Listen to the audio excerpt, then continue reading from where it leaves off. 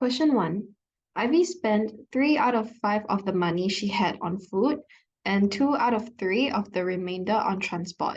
She then saved the rest of her money.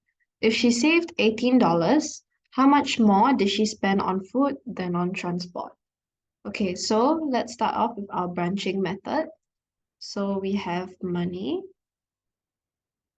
And we know that Ivy spent 3 out of 5 of this money on food, which means that she has 2 out of 5 of her money that is remaining.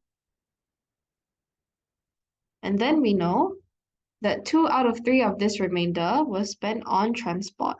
So we have 2 out of 3, and this was spent on transport, which means that she saved 1/3 of her remaining.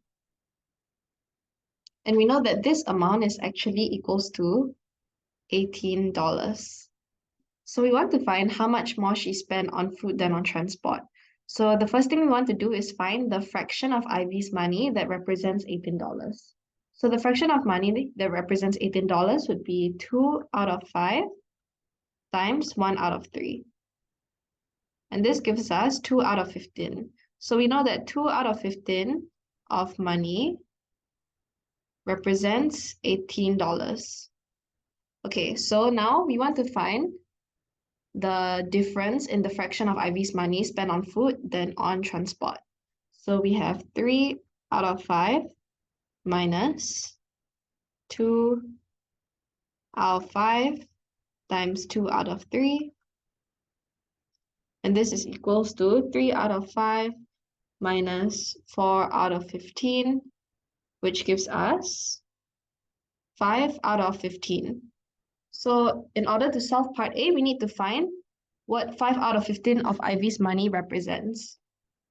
So we know that 2 out of 15 of money represents $18. So let's find what 1 out of 15 money represents. And this would be $18 divided by 2, which gives us $9. So 5 out of 15 of money would represent $9 times 5, which is equals to $45. So that's your answer for part A. Now for part B, how much did she have at first? So we need to find what 15 out of 15 of Ivy's money represents. So 15 out of 15 of money, this would be, so we know that in order to get 15 from 5, we can multiply it by 3. So we can take $45 times 3, and this gives us $135. So that is your answer for part B.